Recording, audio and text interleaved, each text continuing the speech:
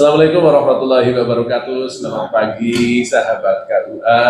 Pagi hari ini kita akan membahas tentang ASN radikal ya.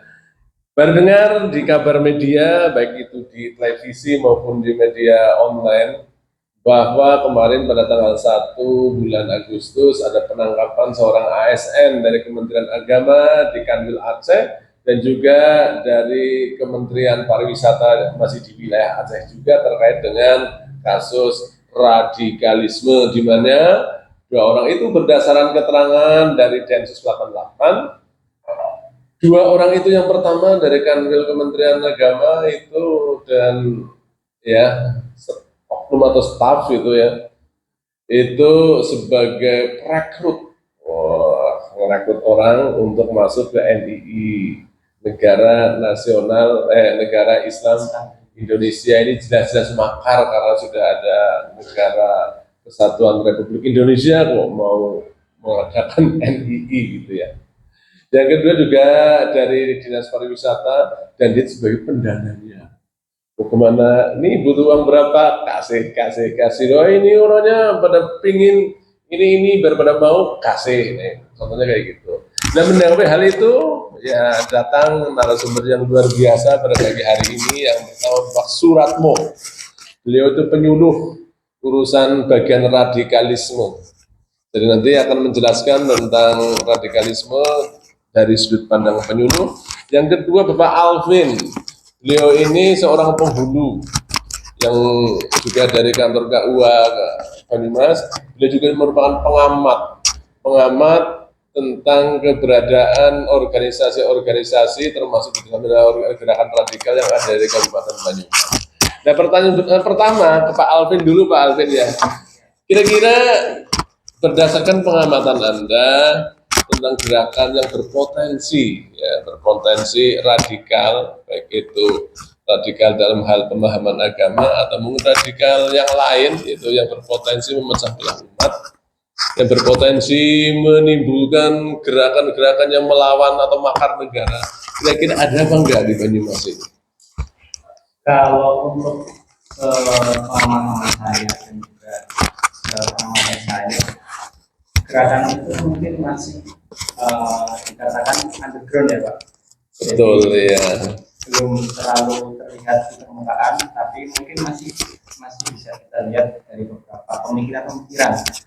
Mungkin maksudnya kalau kita lihat di beberapa media sosial itu bisa kita jumpai dari beberapa status atau mungkin dari komentar orang netizen, itu kan mungkin ada beberapa yang bisa kita amati. Oh ini ada yang misalnya ya kok arahnya ke kiri misalnya ya, kok dalam pemahamannya lebih ekstrim ke kiri daripada ke kanan.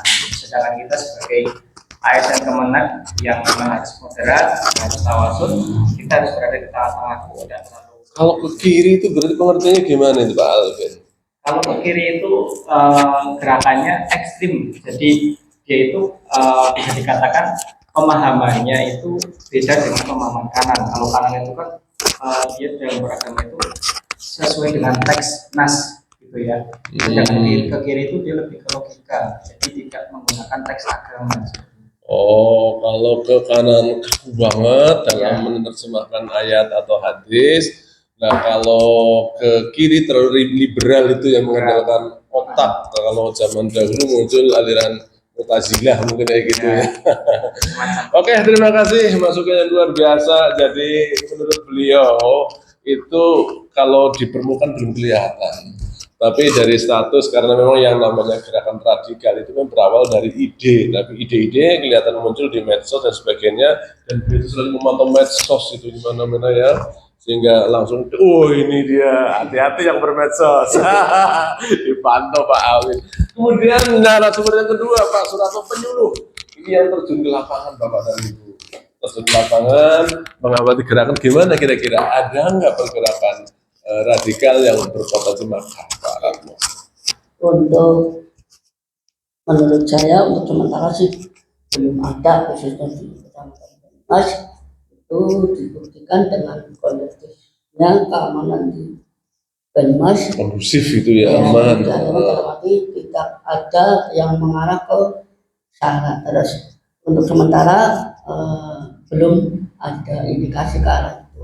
Saya juga setuju apa yang dikatakan dengan Masnya tadi, yang pada intinya mari kita bisa mawas diri terhadap aliran-aliran kebudayaan itu.